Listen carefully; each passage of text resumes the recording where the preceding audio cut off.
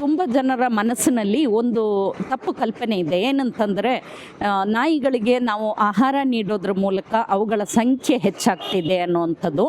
ಅದು ಸತ್ಯಕ್ಕೆ ವಿರುದ್ಧ. ಆಹಾರ ನೀಡೋದ್ರ ಮೂಲಕ ಸಂಖ್ಯೆ ಹೆಚ್ಚಾಗೋದಿಲ್ಲ, ಸಂತಾನೋತ್ಪತ್ತಿಯ ಮೂಲಕ ಸಂಖ್ಯೆ ಹೆಚ್ಚಾಗುತ್ತೆ.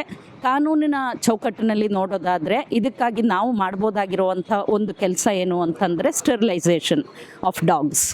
ಈ ನಿಟ್ಟಿನಲ್ಲಿ ಕೆಲವು ಸಂಘ ಸಂಸ್ಥೆಗಳು, ಇಂಟರ್ನ್ಯಾಷನಲ್ ಯೋಗ ಸ್ಟೂಡೆಂಟ್ಸು ಮೈಸೂರಿನಲ್ಲಿ ಬರುವಂಥವರು, ಹಿರಿಯರಾದಂಥ ಶಿವಾಜಿಯವರು, ಮೋಹನ್ ರವರು, ನನ್ನ ಮಗಳು, ಇನ್ನು ಅನೇಕ ಜನರು ನಾಯಿಗಳಿಗೆ ದಿನನಿತ್ಯ ಫೀಡಿಂಗ್ ಮಾಡೋದ್ರ ಮೂಲಕ, ಆಹಾರ ನೀಡೋದ್ರ ಮೂಲಕ ನಾಯಿಯ ಪ್ರೀತಿ ವಿಶ್ವಾಸವನ್ನು ಪಡೆದು ಅವುಗಳನ್ನು ಸ್ಟೆರಿಲೈಸೇಷನ್ ಮತ್ತು ಸಂಪೂರ್ಣ ವ್ಯಾಕ್ಸಿನೇಷನ್ಗೆ ಕರ್ಕೊಂಡು ಹೋಗಿ ಮಾಡಿಸ್ಕೊಂಡು ಬಂದು ಕೆರೆಗೆ ವಾಪಸ್ ಬಿಡ್ತಾ ಇದ್ದಾರೆ.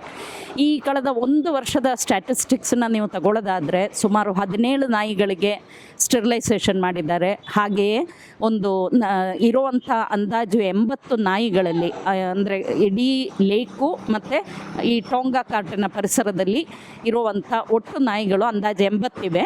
ಅದರಲ್ಲಿ 40ಗಿಂತ ಹೆಚ್ಚು ನಾಯಿಗಳಿಗೆ ಸಂಪೂರ್ಣ ವ್ಯಾಕ್ಸಿನೇಷನ್ ಮಾಡಿದ್ದಾರೆ, 17 ನಾಯಿಗಳಿಗೆ ಸ್ಟೆರಿಲೈಸೇಷನ್ ಮಾಡಿದ್ದಾರೆ. ಸೊ ಇದು ನಾಯಿಗಳಿಗಷ್ಟೇ ಅಲ್ಲ, ಮಾನವ ಸಮೂಹಕ್ಕೂ ಕೂಡ ಒಳ್ಳೆಯದಾಗುವಂಥ ಒಂದು ಕೆಲಸ.